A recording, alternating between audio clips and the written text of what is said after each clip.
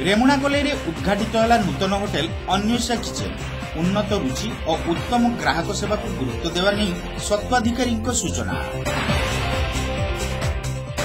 रेमुणा गलेरे नूतन hotel Anvesha kitchen उद्घाटित हो जाइछि।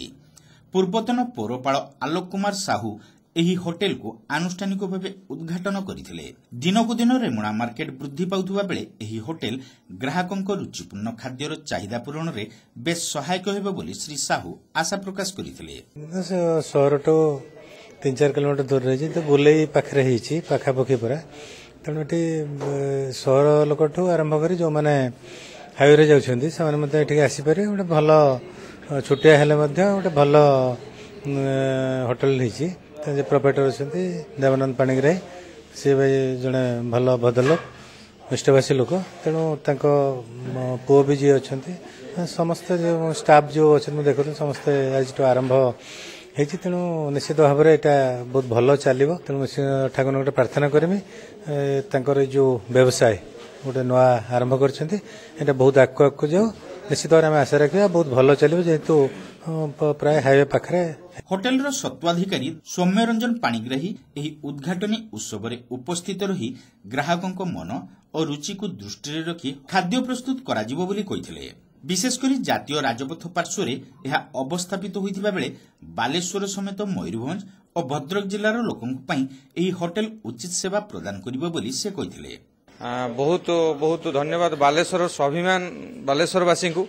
बालेश्वरवासी स्वतंत्र आम गोटे नुआ धरण आरंभ कर माने बालेश्वरवासी चिंताधारा भावना को लेकिन जोटा कि गोटे सुआदिया आपणकर रियल आपणकर मटन उपरे आपणकर बहुत भेराइटीज आम रोची बालेश्वरवासी बहुत आशा जे माटी हांडी मटन प्रकृत माटी हांडी मटन स्वाद जो से ये पाइबे आ समस्त को अनुरोध समस्त आशीर्वाद एठी रहिले समस्त आसिकी थरे वांस से माने एठी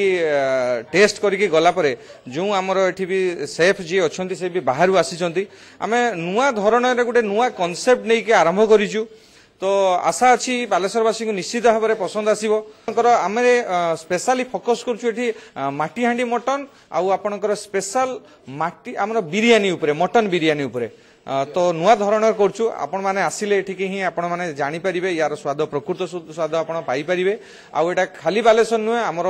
एटार गोटे बहुत उच्च चिंताधारार एटा आरंभ मात्र आगो को बहुत किछि आमे नुआ नुआ कांसेप्ट नुआ नुआ डिश नै के आसुछु आपण मानकर सहयोग दरकार जदि आपण मानकर सहयोग रहउछि आमे बहुत आगो को एटा को नै के जाई परिबु आ खाली बालेश्वर नुए इवन हमर लक्ष्य रखिछि आमे कटक भुवनेश्वर भद्रक जाजपुर हमर बारिपदारु भी लोक एठिके आसीबे केवल ए अन्वेषा किचेन ना रे काहेकि ना प्रकृत रे जोटा कि मटन रो स्वाद आमे बालेश्वरवासी के देखाइबु। देवेंद्र पाणिग्राही सौम्यरंजन पाणिग्राही जगन्नाथ पंडा जयंत पंडा सुशांत कुमार मान्ना सुबल कुमार प्रधान प्रमुख होटेल उद्घाटनी कार्यक्रम में उपस्थित थिले।